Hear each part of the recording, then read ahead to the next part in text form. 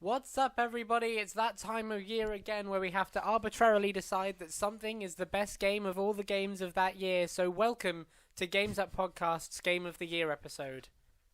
Hey! Watcher! Hello there. My name is Cameron McCulloch-Keeble and I'm joined, as always, by Lewis Crawford. Hello. And Lawrence Titley. Hello. And how are you gentlemen doing? I'm very well. I've eaten Mighty a lot fine. of chocolate. Good. Mm. Happy New Year to you both. And You too.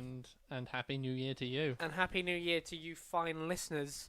It has been 365 days, roughly, until we gave Borderlands the pre-sequel 2014's Game of the Year. So let's do 2015's Game of the Year. Now, this is going to work in the same way that we did it last time. We are all going to bring one or two games to the fray, and slowly we'll discuss them and rebuttal and so on and so forth and work through them and eliminate them down until we have a single Game of the Year that we can unanimously decide is the best of what comes out of those discussions. It's going to be pretty freeform. It's going to be... There's probably going to be tangents here and there, but that's how we do pretty well. So, who wants to go first with their either runner-up or just straight first nomination? Lewis, you go first into the fray. It has been decided. Okay, so my nomination Mm-hmm. for it's my runner-up actually would be Tony Hawk's Pro Skater 5. Yes, is FIFA 16. No, Bloodborne.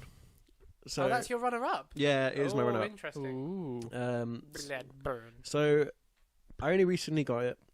But once I got it, I just played A it Bloodborne non-stop. conspiracy. I just played it non-stop for about 2 weeks, which I find that I game hop, so I find one game I like, and then I play it for a bit, and then I find another game I like, and I play it a bit. Mm-hmm. And so my collection is made up of games that are 20% complete, Right. pretty much, because I'm quite fickle. How does that work for your wallet? Not well, actually. Not very well at all. I'm not surprised. But Bloodborne, like, I haven't found a game that's kept me that interested for a long time. Like, Okay. but it goes beyond anything. Like, you dream about it. You spend every waking moment thinking, what am I going to do? How am I going to get past this bit that I'm stuck on? You know. The listeners can't see this at home, but slowly you're becoming more and more feral in your chair. Your Yeah. hair's getting longer. Your I think you've claws got are some growing kind out. of blood. Yeah. You're becoming some kind of blood-carried bloodborne disease. monster. Yeah. But yeah, like I just spend ages thinking about how I'm going to get past certain areas. It's a very good game. Mhm. Very difficult. Like it's kind of an offshoot of the Dark Souls series. I don't know what to call it exactly because No, they it's don't. a Souls game. It's just not a Dark Souls. Yeah. Blood souls. Blood Souls. Blood Souls. Well, yeah. I spent most of the game calling what they call echoes now, which are your souls. Yeah. I just called them souls throughout the entire game. Blood vials, Restus flasks. Yeah. This, that, the other. Yeah. Humana bloods. Yeah. It's so good though, but it does what Dark Souls does, but I would say better. Okay. Yeah. Cool. All right. Sure. Loz, do you have a runner-up? I do have a runner-up. Okay. It's something of a late entry. Just Cause 3. A Interesting. controversial pick. Yeah. A controversial. Very pick. controversial. Pick. Why do you say controversial? It's been noted since Just Cause's release that there's a fairly heavy amount of issues running it on most things. Yeah. There are frame rate drops abundant on consoles and so on and so forth. But I can see why you've chosen it. I played Just Cause 2. I find the gameplay intensely fun. There was an incredible wave of pleasure that ran across your face as you said that. It's one of the few games I get the mere game mechanics from just the grapple hooking up one person onto another person and grapple hooking that onto a jet. Yeah. And to be honest, they took a lot of the things from Just Cause 2 that were fun and realized people think these things are fun. Yeah. We're going to make them more fun. Yeah. So the grappling things onto other things has been improved. You can do more with them. And the favorite means of transport, the grapple and Parachute. parachute has Wingsuit. been added Yeah, to with a wingsuit. Yeah. So, I mean, for gameplay alone, it is intensely fun. Cool. All right. That being said, however, everyone knows I'm a story and a what do you call it? Narrative sucker. And a prettiness snob. Oh yeah, I thought it was pretty. So Yeah, it looks really good. I have to say though, I do like Just Cause 3. The one that I bring to the fray, as it were. Bring to the fray. Bring to the fray. Okay. Is Arkham Knight. Well, we'll get on to full nominations in a second. Oh. My runner-up is Metal Gear Solid. Yeah, see, this was my iffy third. Oh, really? Yeah. I thought you abhorred it. No, not quite. Not quite. Okay. The problem is it brings gameplay Your to the table. opinion's changed. How dare you? No, it brings gameplay to the table. just nothing else. This is the problem. True.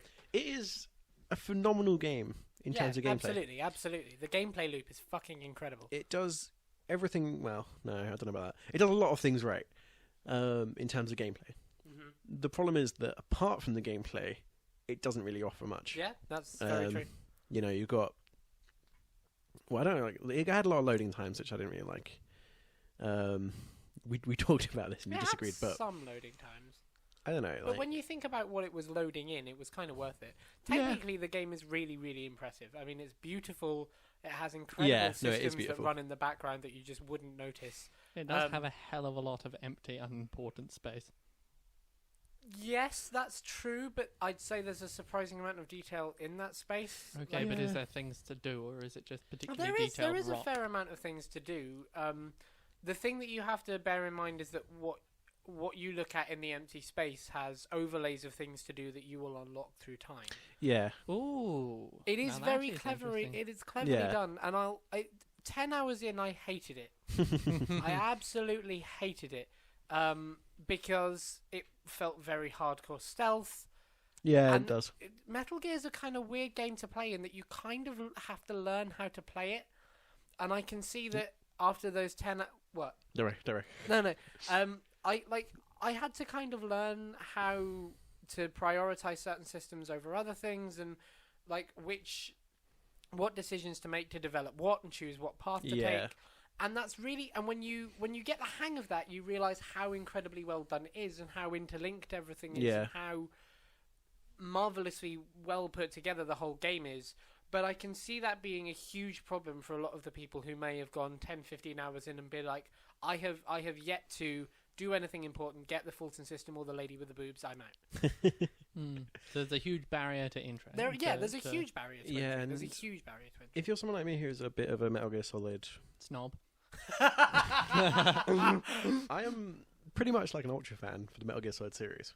And the problem with this game is it's not what it says it is. Yeah.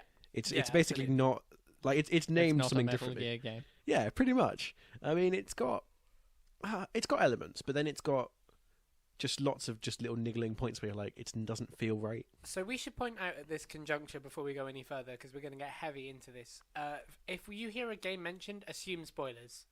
Oh yeah. Because we're going to need to get into spoilers for definitely our picks. Yeah. Yeah. So yeah. I really like the twist at the end of Metal Gear Solid 5. I really liked it. I thought, oh, that's clever. But I haven't had 20 years of investment into those characters in that franchise. Well, in fairness, being someone who's into the series, most people won't either. Because the series... The character in 5... Well, not the real character in 5. Well, that said too much already. Spoilers. The character in... Fuck it, spoilers. You don't play as Big Boss in Metal Gear Solid 5. No. Sorry. But in that character, Big Boss is only in Metal Gear Solid 3. Right. The other ones are all... yeah, but the whole thing about Metal Gear Solid is that it's full of wanky lore and everything is tied together. Yeah, and they changed it a little bit, and they changed the way the Metal Gear 1 now is. They changed Metal Gear 1 with the twist in Metal Gear Solid 5. Oh, fuck, really? Yeah, because... So in Metal Gear 1... Yeah. Big Boss, essentially he is the commander of Fox, which is like the special forces at the time. And he basically sends you after himself. Because he sends you to... Oh, shit, that's really clever. Yeah, but it's Hideo's way of making unimportant parts important, because it's what he does really well. Actually, is Tying that up loose ends. well, it's not really tying up loose ends. He finds something and goes, "Oh, we can make more story there." Oh right, okay. That's like what Metal Gear Solid 4 did really well, was that you got like, oh, you know that thing that guy said to you in the first game. Actually, that's really important. That's like the main crux of the story is what that guy said to you at the beginning of the game, okay. or of like the first game. He just offhand says this like phrase, and that's really important later on. Mm-hmm. So he takes a bit of story and makes some more story Yeah, because there. that's the whole thing with the twist in Metal Gear Solid 5, Yeah. isn't it? It's the whole what about him twist, and if you really pay attention to that, it's clear what's going on from the first few minutes. Yeah, no, it is, and I think that's interesting. But in terms of this game is based. Metal Gear Solid 5 is in a grey area where it's like there wasn't really much of the lore there anyway, so it's okay. Right. Okay. But it doesn't really fit, like, because of the way it is. Obviously, it doesn't really. This is part of the problem with it, is it doesn't really fit in a gap that was wanted anyway. Okay. Yeah. I see what you You mean. know, it's kind of like there's bits that we want, like we have the Revengeance, which isn't really a Metal Gear Solid game, but Metal Gear Rising: Revengeance was meant to be one of these areas where we're like, oh, we need some more story. There's some story that's needed, and then they went, oh well, we'll put it there instead. We'll put it to the end of the timeline, whereas it was meant to be a very specific section of the lore. Right. And they've done kind of similar here, where it's kind of like they could have put it elsewhere where it was kind of important, and they kind of didn't. So I don't know. The reason that it's my runner-up is because the gameplay loop is incredible. It's undeniably incredible. And 200 and however many hours in, Oh yeah, there's still things that I feel like I need to do and I need to finish. And I didn't think I'd get that feeling, but I do feel like there's stuff that I want to carry on with and finish it. yeah, But I went into it wanting to know about the story. yeah. I went into it on the promise of the horse guy in the sky, who Psycho Mantis was, what this, that, the other was. And it turns out that kind of stuff is either not in the game or gated behind an incredibly difficult task that will take every player that ever owns the game to finish. Yeah. And that, like, we'll get into one of the games in a bit later that has 100% ending that's kind of difficult to get, but that's wanky. That's too, like, the whole thing about, so the whole thing is, the third chapter of the game supposedly is hidden behind having every nuclear bomb in the game ever disarmed. Yeah. Which is just stupid. Yeah, but it's not gonna be. It's just a conspiracy, though, isn't it? No, I thought they've, like, actually... Oh, have they? Have they? I don't know. I think I've heard... Well, I thought that they'd actually come out and talked about it, but either way, the fact that there is a major part of the game that adds a great deal of story and information that we'll never see in any form, whether we're supposed to or not, is a massive shame. And I also thought that Psycho Mantis... In the first time Psycho Mantis appeared in Metal Gear Solid, the way he played with the controls and the PlayStation itself, that was really fascinating and really interesting, and I've gone back and had a look at it since, and I thought now they could take real risks with that and do some really interesting stuff. Like, everyone's consoles are connected to their social media feeds, their games feeds, their achievements, their this, that, the other, and I know that's a bit much, but, like, I really felt like Psycho Mantis just didn't fit into the game much. Yeah. Like, there wasn't really much need for either of the villains to be there. The thing is with the Metal Gear Solid series is they pretty much finished it with 4. Right. Pretty much. Like, in terms of the actual, like, fans of the series, 4 is like the crux. We're going to take all of the loose ties, put them together, and make it kind of go. And it's fan service. The whole of Metal Gear Solid 4 is fan service. And, like, after that, I think they've just kind of gone... And it kind of goes in with Hideo leaving and all this kind of thing, is that it's just going more, here's a game that's kind of fun about this.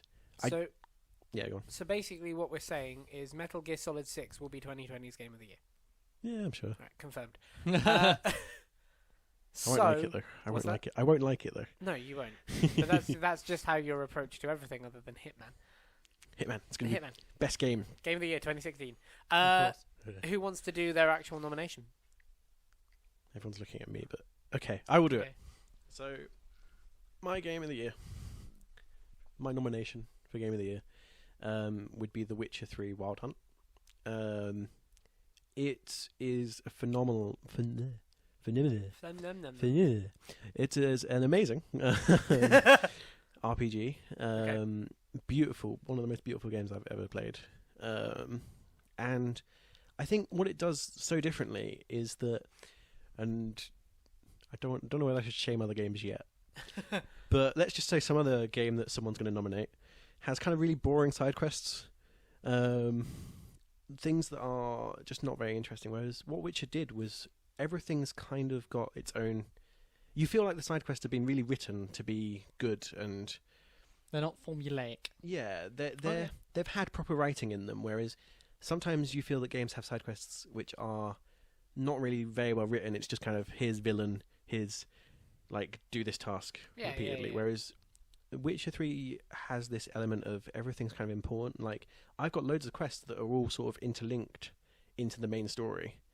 Ooh. And it feels like, and it feels like maybe it could be simple things that don't even really affect the game really, but it's like, oh, I might be going and attacking someone's supply lines. Right. you Yeah. know, Yeah. Or there's a quest where I'm trying to find a specific person at the moment, and it kind of goes, well, here's like his previous location, here's his hideout that is known about, and each area you go to gives you like a quest, and you're doing a mission, but it's kind of maybe I don't even find him in this place, but I still will go and investigate and do like a thing, and You pick up more fluff.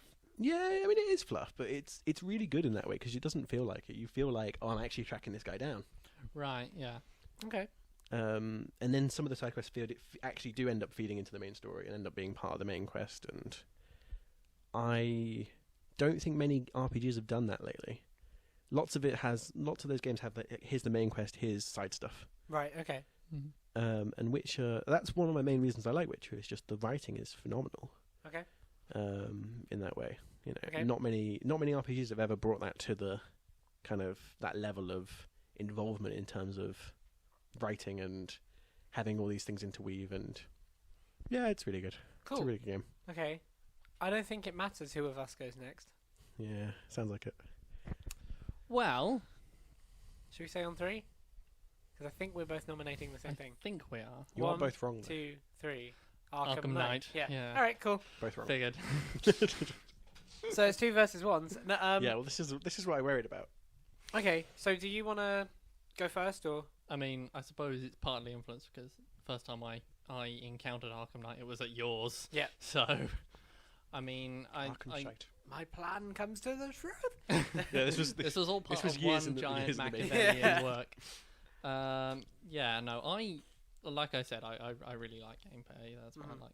But if it comes to a raw match in between gameplay, because I don't necessarily find the gameplay of Arkham Knight terribly engaging. Right. I've never really gotten on with the fighting style, but it is highly serviceable. Right. Okay. So even if you don't like it, you can get used to it quite well. The story is quite nice, Yeah. and the graphics are absolutely beautiful. They are beautiful. So it might seem a little bit mechanical to say it wins on those alone, but in my books it does win on those alone. Okay. I'm putting forward Arkham Knight because I think it's the perfect example of how to tell a focused video game story. Yeah. Okay, I can see where you're coming from. The with one that. thing, the thing that I've seen a lot of times this year and the previous few years with video games, especially with the stuff that some of the stuff we played at EGX and some of the this, that, the other, is lots of video games have this way of going gameplay loop, story, gameplay loop, story. Yeah. No, I agree. And so many times with Arkham Knight, when I thought that was what was happening, they threw me a curveball and the gameplay became the story. So many times I was going through the focused experience, and I'll give you the side quests don't all tie in the same way in that, but I'd argue they have a different strong quality that they bring. But the 15-hour focused story of Arkham Knight, every time I thought there was going to be a recurring loop, I thought they were becoming formulaic, there was something that threw it off. Even if it was just as small as the moment on the blimp where you're fighting a bunch of guys and they start turning into the Joker. Yeah. But even then, just the pure gameplay loop of the fighting style became part of the story. Yeah, okay. And it told what was happening and going on. And so I think Rocksteady have got a lot of shit for the world and the gameplay and this, that, the other. But I think people have kind of overlooked how all of this services a Batman story. And it's a Batman story that we've seen lots and lots of times at this point. It's Batman is haunted by the Joker or is followed by the Joker in bad situation to Yeah. finish and end, and it will absolutely stay with me because of the way they've done it, because of the way they've written the characters, and because of the way that it was experienced was the way that I felt that it should be experienced. And that is something that not a lot of games do right. Yeah. I'd say Okay. in my mind. I can kind of see where you're going with it. I think my problem with Arkham Knight was just that it was, well, we'll ignore We'll ignore barrier, the PC. your personal barrier. I'm sure we'll come to the PC issues in a minute because we can't put this up and not acknowledge them in some way. Yeah. But just looking at the story, I think I found it disappointing at times. Okay. When they could have done more. Okay. Now, I can't quite remember all the main quest at the moment, or the main storyline, which is a bit troublesome. So I you don't get know. haunted by you're chasing after Scarecrow. You get caught by the Scarecrow gas in a moment of self-sacrifice. The Joker haunts you. You do this, that, the other. Actually, yeah, okay. I think I remember most of it now. I don't know, with side quests, which I know we talked about, there was just this. I feel like it was a disappointing game because they could have done more with Right. those things. Like Arkham City did it a lot better. Like with Arkham Knight, one of the problems I found was that you would do 12 of this repetitive task, so that in the end you could fight this boss that would then not really be that interesting, or it would be a tank battle, which was the main. I like. So you go against Deathstroke. Yeah. In when you complete the game, we've done Arkham Knight. You go against Deathstroke. Yeah. And Deathstroke is a master assassin. And here's where it hits right. Batman Origins did it better. Arkham Origins did it better. Okay, which is not something you get to say often. But what happened was that you go against Deathstroke as this master assassin, ninja. Well, yeah, pretty much. Yeah, Master Assassin Ninja. He is ultimately like best with sort of a gun and a sword.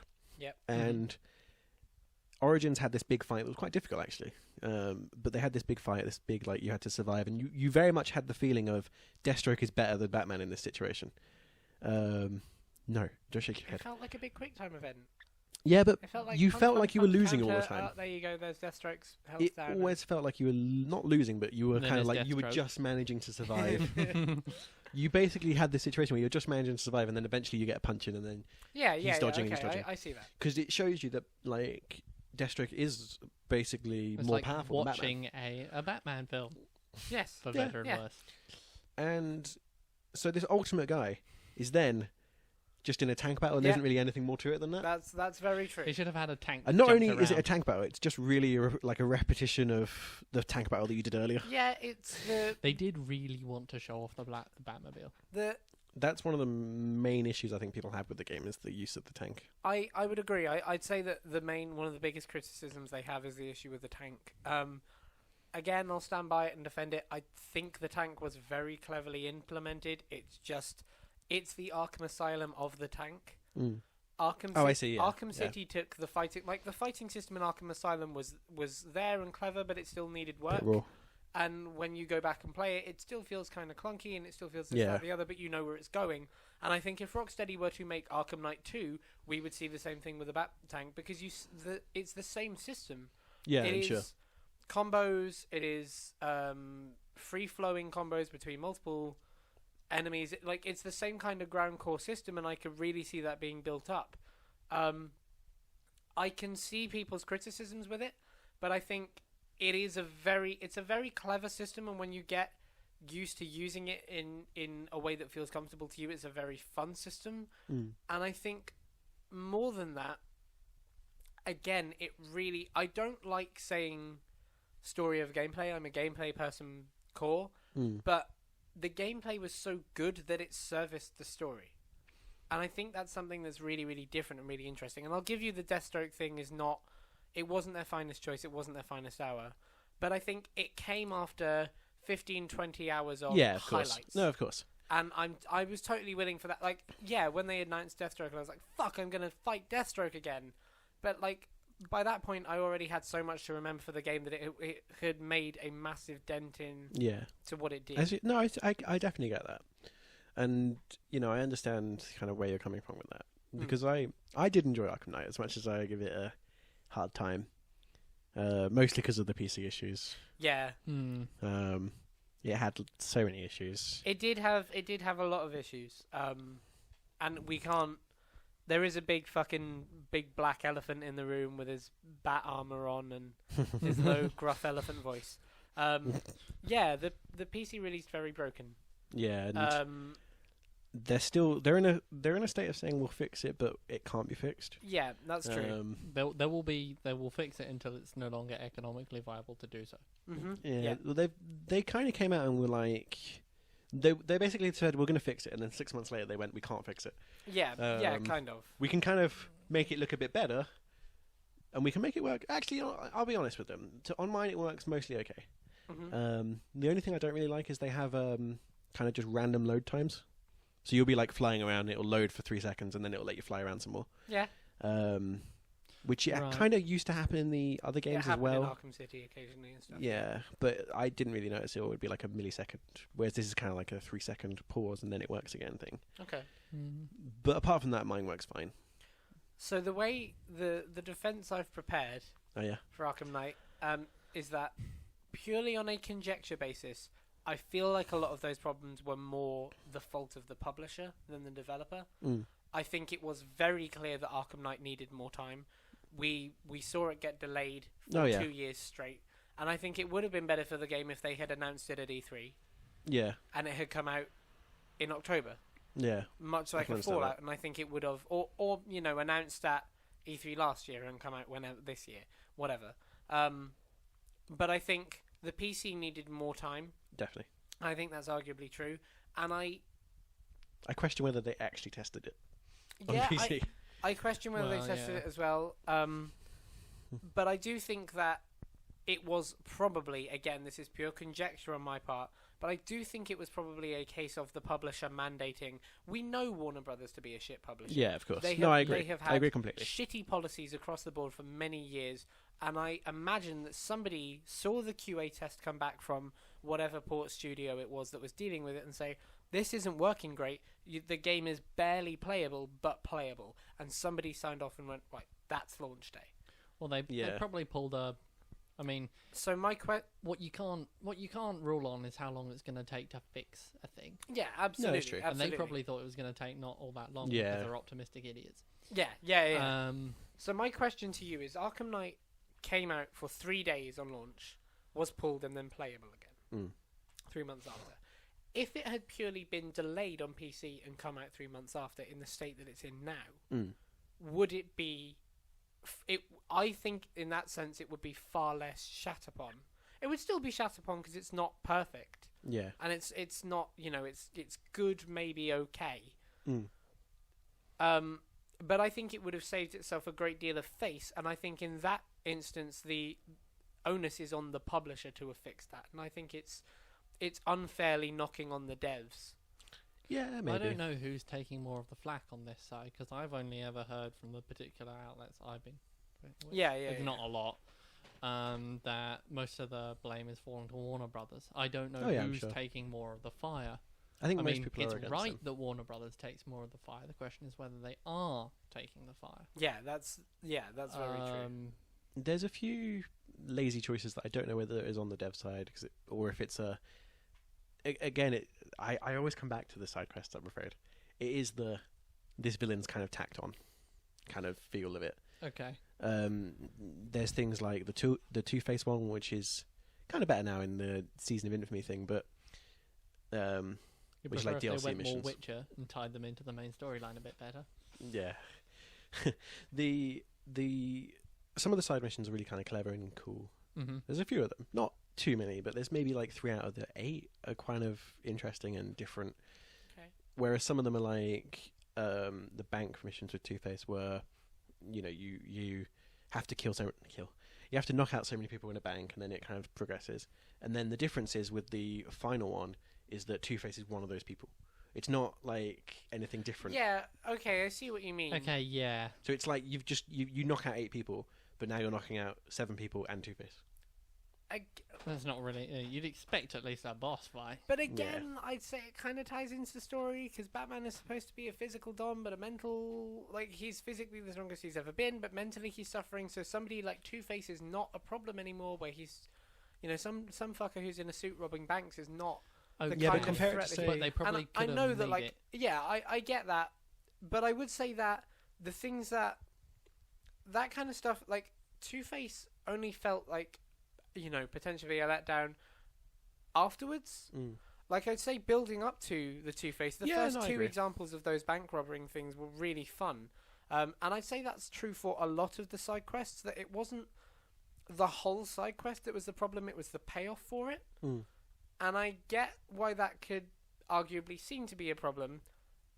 But again, on a personal standpoint, I'd put in 40, 50 hours into the story trying to find everything, all the Riddler stuff by this point. Yeah. So, the Riddler stuff was good. The Riddler stuff was really good. Anyway, I'd put in so much time by that point investing in the pure story and the things that they got so perfectly right, that those payoffs felt like a roundup to the wider story rather than needing their own payoffs. Yeah. And I Okay. know what you mean, that there is, we're not claiming that any of these games are like the perfect game. We're just claiming that they're the best one we've seen that year. So yeah, I accept that criticism that there could have been better work done on the payoffs of side quests and that occasionally they fell flat. But I would rebuttal that they add to the overall story of the world and what's going on within it. What I liked in Arkham City that I don't think they really did in this one was that your side quests tended to start in the main story. There were certain times when you would be, although actually I guess Man-Bat does it in this one, where you kind of like they all do it in this one. No, I don't think so. Yeah, I'd argue you find them organically throughout the world. Like, so the murders, Yeah, that's you true. find with the opera music. Firefly, you find by seeing the smoke columns. Two-Face, you find by hearing the bank alarm. The checkpoints, you find by seeing the red lights. Like, it's not, you don't find it handed to you by the main story. Yeah, but you do okay. find it organically. Okay, I'll accept that. I see what you mean. Like, it doesn't feel quite as interweaved, Yeah, but it does feel like a more believable world, and it does feel like a city in which all of this stuff is taking place. yeah. So here's my rebuttal for you for Witcher. Okay. How many hours have you put into Witcher? At this point, I think. Let me think. It's on my Steam. I should know. Probably about 170. 170 hours. Yeah. How close are you to finishing The Witcher? Probably about 50%, 60%. Probably about 50, 60% through. Yeah. It is a long game, It's a very long game. and they're like, How much drive do you think you'll have to finish it by 95%? Well, that's a bit 95. speculative. I know that's Yeah. speculative, but here's what I'm gonna sort of tail onto it is. I would argue that something like that tells a story where everything is interweaved in the way it is. Metal Gear is a kind of good example of this. The drive to finish any one individual part of that story gets lost. For me, I'd argue that The Witcher does a very good job of focusing on world building than telling a focused story, because it builds this very interesting world where there's a lot of NPCs and a lot of characters and their stories all interweave. But how driven are you to make progress in the story rather than just to exist in the world? Like, is The Witcher 3 a better MMO than it is RPG? This is a difficult question. Sorry. It's the Oblivion versus Fable problem. Yeah, absolutely. I don't know. I would say I'm quite well driven, to be honest. Okay. I think there is lots of side stuff that isn't part of like the side quest. There is part of just kind of like here's an area, or here's like the way it presents it is you've got a big map and there's question marks everywhere on your big map screen, and there's a thing here and a thing there and a thing here and so on. And sometimes those things are like Here a thing, there a thing, everywhere a thing. here's a thing you can attack, here's a rebel camp, but then sometimes it's something interesting, a side thing, or that starts something, or you kill some enemies and then that unlocks like a new town. I don't know, it just I found I keep saying found and found at the same time. I keep finding that I come across something that's new and interesting that I didn't expect constantly, Okay. Mm-hmm. and I find a side quest that's just brings me back into it again. Every time I do feel like I'm kind of straying, side quests, what they do really well is they point you back in the direction of the main story. Right. Okay. So you finish a side quest and you go, oh, okay, I'll see where this leads, and then eventually it leads back into the main story and back at the start, and not at the start, but back towards that again, because it's all interweaving that way. So if you do kind of stray, as long as you're not straying and going, oh, I'm going to destroy every monster nest on this map, which, by the way, probably would take a speedrunner who knows where all of them are about 24 hours. Because the map is ridiculous. Like, I think it might not be one of the biggest maps, I don't know about that, I don't really know. But it is huge and there is stuff everywhere. And it's multiple maps and multiple unlockings and all that kind of jazz. Yeah, it is a huge game. It is massive game. Okay. Let's break this down to categories then. I'd argue the simplest one first. Pure graphics and look alone. Which of the two games we have on the board now do you think are the best looking? So it depends, I guess, actually, because Witcher What platform? is well, there is that. Shout your face. So from the PC's perspective, which is the best perspective, obviously. Let's just take that as a given, shall we? It's the best one. It's got all the drivers. The All drivers and the the drivers. plugs, the Yeah. plugins. All the The plugs USB to go with the drivers. And Yeah. the Steam links. Actually, of the games we mentioned, Big one of the picture most mode. beautiful ones is actually Metal Gear Solid. I know Yeah. it's not one of those two, wouldn't but it be it's great if we beautiful. ended this giving the game of the year to Metal Gear Solid? Yeah. Metal Gear is a beautiful looking game. I guess in terms of graphics alone, it's going to be Witcher. Now, Batman does have this kind of like sheen that it gives to it, kind of like everything's kind of shiny and glowy kind of thing going with it. It's ironic, given the whole setting is supposed to be No, really, it's really true. gothic. But it does have this kind of everything's sort of shiny and glowy, and that kind of works for it pretty well. So I would argue that of the two, The Witcher is generically beautiful. Yes, It's it's kind of a very similar beautiful thing. fantasy.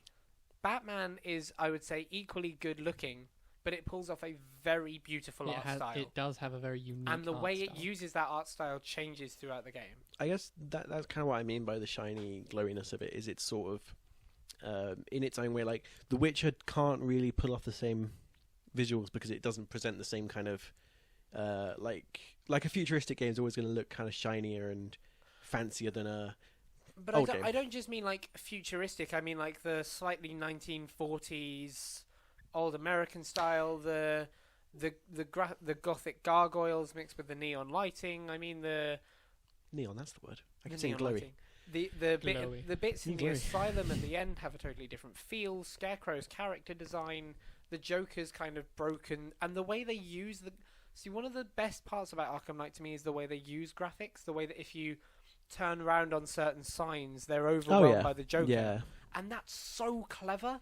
And I really like as well the way the city changes. So like, you'll start off with a city that's kind of on fire, but everything looks good, and then they let the bomb off, and everything looks bleak and dark and fucked. And then Poison Ivy saves the day, and you have these like flying pink petals as a reminder of her death and her sacrifice to you. Yeah. And then it's ended with the rain, and now I don't really want to bring the season pass into the into this because I don't think that's a fair way to judge a game of the year. But if you do have the season pass, now you have the Snow from Freeze, who's finally gotten a happy ending to his story and who finally has the tie-up he deserves. And I think it's a real testament to what the devs can do when they're not under the restraints of shitty publishers. That every time the city changed and every time I looked at it differently, it was a remembrance and a point to where I was and what I was doing. Okay. I think one of the things with Witcher though is bringing up set design is kind of not shooting yourself in the foot, but Witcher is phenomenal on that kind of point of view, that kind of area. When you go to these towns and these villages, and they've all got a different feel to them, and they feel very real. Yes, the huge handicap of Arkham Knight is that it is built in one city. That's the environment true, does have to change. But you in look at, order to say- experience the same Yeah. Okay. Yeah. Yeah. variation. There's basically The Witcher, although The Witcher doesn't have that many different cities. It has lots of little towns and lots of little villages, and there's kind of one main area in it because it's big, but it's kind of centered around one place. But that city's got kind of everything. Like, you can go to certain areas, and this is like, I'm in the rich district, and it really feels it. You know, like they make everything kind of feel that way. And then you go to the poor district, and it really, everything kind of screams like, you know, it could be very small things, but they work really well on that kind of set design feel. Okay. And then you go to the marshes, and it's all bleak and monsters. Yeah. But it's very, I would say it's one of the few games I've stopped and put down and gone, like, this feels so real and it's beautiful. And Okay. or they've done, I think I said maybe to you guys, I'm not sure, but I did say about The Witcher's just, it's the way it's designed its sets and its cities is just phenomenal. Okay. And I haven't really seen a game do that as well. So I think this comes down to then a question of generic but well done fantasy, which Yeah. I'd say The Witcher is, because it has its own. I it don't has like the word its own generic, but I'll it accept has its it. own style, admittedly, but I think No, I would agree. if you detach that, Well, I would not agree if up you to a detach point. that style, but- Up to a Generic in point. the sense of the genre of fantasy. Yeah, okay, yeah. I mean, I couldn't. For the most part, yeah, there is a bit of new stuff in it, but that's kind of in the main story and like what happens in the main story. There's a bit of change that happens, but for the most part, yeah. So, somewhat generic, but extremely well done fantasy versus incredibly stylistic, but mostly well done. Yeah, no, I can agree with that. Okay, cool. Story. Again, that's my whole point. Well, in it's hard to argument. say because I think I'm the only one that's played both of them. I am the only one that's played both You of are them. you are the You only. are I've indeed, I've yeah. played I moments feel of The Witcher, but I've not played Biased. Whatever's anywhere gonna near the happen. whole thing. This is a problem. Well, you can, look, you're a grown ass man. Well, You that's- know- man. You're an ass man. As we know, these reviews are completely bias free at the end of them. Yes, of Yeah. course. You No bias. you know which of the two of the stories, and Which you know of I'm the two? Witcher of the two. I'm sure, and you can you know you're capable of honestly saying which of the two stories you thought was either better told or better written or whatever. And so Well, even Speak take you from at your your heart. word. Okay, boy. so it depends really because Batman has that thing going for it where you've got like action point, maybe a little bit of descriptive going there, and then you've got action, action, action. Whereas The Witcher is very much in that fantasy realm where, say, Lord of the Rings, when you've got, actually, how many? 3 books? I don't remember now. There are 3 books. of You've The Lord of got- the Rings.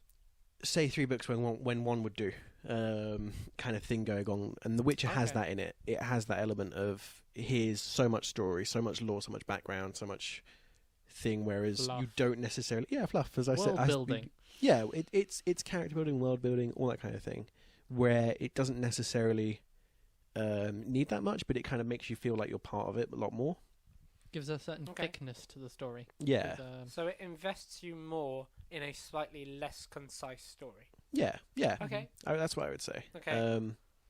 And that, it has its ups and downs. Is that? I mean, if you're looking for a game that you can play and kind of be in a finished position quickly, it isn't your game. No. You no. know, like it takes about 10 to 20 hours to do the first area, which is kind of like the tutorial of the game. Mhm. Pretty much. And that's, that's gameplay. That's but you feel like this is a real place, and it, like, there's an example where you go to like notice boards that you get your quests from, and like 5 of the 6 things there will just be like lost cat, or like what my husband went walking on the marshes and hasn't returned, and just like little bits like that that kind of add to the kind of story of the world. Isn't that Or would- Hold yeah. on, isn't that arguably the same kind of fluff as Two-Face is just one of the guards? Well, no, because you're backing it up with actual side quests eventually. But that's like saying you're backing up Two-Face with good side quests eventually. Like, couldn't you arguably say that if you have to go through 5 out of 6 lost cats to get to the 6th, something No, that's so not a I'm lost not- cat? No, but you don't actually chase these things. These are like I'd say it's more like them. these are just messages. These aren't actual like Oh, these go aren't find a lost side cat. quests. No. Oh, okay, fine. These are you go to it. Sorry, I thought you were explaining like there's 6 on the notice board. No, and no, 6 of them so- are like my cat climbed a tree. Well, what the thing is that they're there, but they are not like side missions. They're just like things you can read. That's kind of like Oh, okay, cool. like a little added extra story point. So it's kind of like you might feel the distress of a town by looking at a message board, and it's like, cat's gone, people missing, and then eventually you like one of those will be an actual quest. Okay. Like it'll be Mhm. like, can you get this for me? Whereas the other ones are kind of just there as kind of like a feel that this is a real world. It's it's a nice tie-in between story and gameplay. And it is by definition fluff, if you like, but I think it feels like a much more immersive world because I feel like I'm. The problem with games like Batman, and it's not Batman's fault. Mhm. It's just kind of the way that it has to teach a story. It doesn't. It's always It doesn't have a Batman's fault. 200-hour story. It can't do that. Is that while you might be immersed in it, you don't know enough to be kind of like you are not Batman. They make you feel like Batman because it kind of brings you to it gives you as much of that story in that kind of one day that you've got. Mm-hmm. But it isn't deep enough to kind of go like, here's everything. It's a simulation rather than an actual becoming of. Yeah. Whereas in this, it's like you know everything that's happening because if you, in fairness, you can choose not to read like what's going on. It's like Dark Souls 2 in that way, in a way, because in Dark Souls 2 everything's Ooh, hidden behind. Inferred story. What do you mean? Sorry. So like in Background Dark, storytelling. so in Dark Souls and Dark Souls 2, the storyline is very much told to you by, look, here is a man who has done a thing. Perhaps something happened to him once, and you piece it together as you work your way through, rather than. And I don't mean that purely as story from The Witcher, but the way you're explaining what you're explaining guess I now don't sounds mean like that. it's not. No, I guess okay. I don't really mean Dark Souls 2. I mean, it's more obscure. It's less obscure, presumably, it's- than Dark Souls 2. Yeah, I don't really mean like in Dark Souls 2. 'cause No, I know, but I'm using that as like an extreme. what I example meant is that like, say I pick up a letter that gives me a quest. hmm Now, this could be like quite a long, like 3 paragraphs of text that kind of like goes through what this person saw and what they think they saw and all this kind of thing. And then I could just ignore that. I could just be like, oh, I got a quest, like loads of people do when they play MMOs. You get frankly, like I would. yeah, well, Like wrong people do. like World of Warcraft has a really deep lore, but you could just go, oh, I'm collecting pigs now, and I'm gonna go and kill that thing. You could just skip through all of the extra stuff, but Okay. The Witcher is quite compelling as opposed to. So my something like question to you is: if you don't read those 3 paragraphs, if you don't if you are in it for gameplay and pure progression gameplay, does that sense of immersion and world come through in the same way? Well, not in the same way, but I think there is still a lot of drive and still a lot of kind of feeling for it. It still manages to bring you in, even if you're not like. It kind of does it well in the sense that it's not something that you have to. You could choose to not read into everything, and you still get a good story. It's not a matter of you have to read all of these to get the good story. I just kind of like being able to immerse myself in a lore, So there's like levels of lore that you can immerse Yeah. yourself in. Okay, that's cool. and it's quite good at doing that. So different players could experience different levels and still kind of be satisfied at that level. Okay, so I think we're coming towards the end of this discussion. We've done graphics, we've done gameplay, we've done story, we've done the little frills that they have, and I think we can fairly say it comes down to a 3 books versus where one will do, but they're all incredibly immersive, driven, and have a great deal of depth, versus an incredibly concisely well-told story with minor flaws here and there. Yeah, I think that's fair. And I think I don't want to sound like I think I sound like I'm negative against Batman, and I'm not. The whole thing with the story of having, say, one book gives you a very kind of Singular, rounded view. yeah, and in that day that you are Batman, because I think all the games are kind of set within a day they're or a night. 24 hours. It is very kind of. It gives you a great feeling of being that character from that beginning point to that end point. And you say you're being, you sound like you're being negative, but even, being the first or second, like being in the top 2 places of Game of the Year Oh, is yeah. a good thing to be anytime. Hmm. So the question to end this, I guess, is: has anyone been convinced by anyone else? Has anyone's argument changed? Has anyone's opinion changed? I'll be honest, I do want to play The Witcher now. Do you think, from what you've heard, that you can get behind what Lewis is thinking, what Lewis is saying? I do feel more that way. Because I have as well. Oh. So I And think Since when was I convincing? you've This has never done, happened. You've done a very good job, and I think you've done an incredible job of defending this game. So I think it's fair to say that the Game's Up Game of the Year award for 2015 goes to The Witcher 3. Thank you. I will accept the award on behalf of the Witcher 3. Unfortunately, the Witcher devs weren't allowed to be here because they've been told by Konami that they can't come to the Game Awards. Yeah. So yeah, there you go. That was everybody happy with that? Everybody think that's a good call? Mm-hmm. Thank you. Sweet. Yeah. Game of the Year 2015 goes to The Witcher 3, with the runner-up being Arkham Knight, and the runner-up before that being Metal Gear Solid 5. Yeah, I'd say that's a rough consensus. A of the- fair call. And that, ladies and gentlemen, is our arbitrary Game of the Year award for 2015. We will see you in 365 days, roughly, time to do this once more again with probably The Witcher 4. The Witcher Yeah. 4, No, I'm Arkham Knight 2, Silent Hills, Half-Life 3, Quiet Mountain. Quiet Yeah. Mountain, Hitman. It's going to be a good year. Is it there? We'll wooden see. contraption. The Nintendo Super Smash NX, whatever it's called. Thank you very much for joining us. If you did, come and have a look at our Facebook page. Tell us if you think we got this right or wrong. Do the same on our Twitter. Tell us if you think we got it right or wrong. Tell us what your Game of the Year was. Or, don't. Whatever. Thank you very much for listening. Are you going to do the terrible plug thing that Am I have I to going to pretend do this? I think I have to, or your soul will erode away. It's become common practice now. Not only tell us if you're right and wrong, but you should totally go on our YouTube channel and you should like and subscribe our podcasts. And don't forget to share. After Oh you yes, subscribe. do share. Share.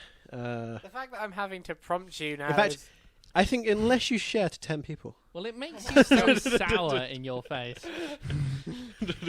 Anyway, ladies and gentlemen, thank you very much for listening. Happy New Year. And see you soon. Until next time, until next year, game's up.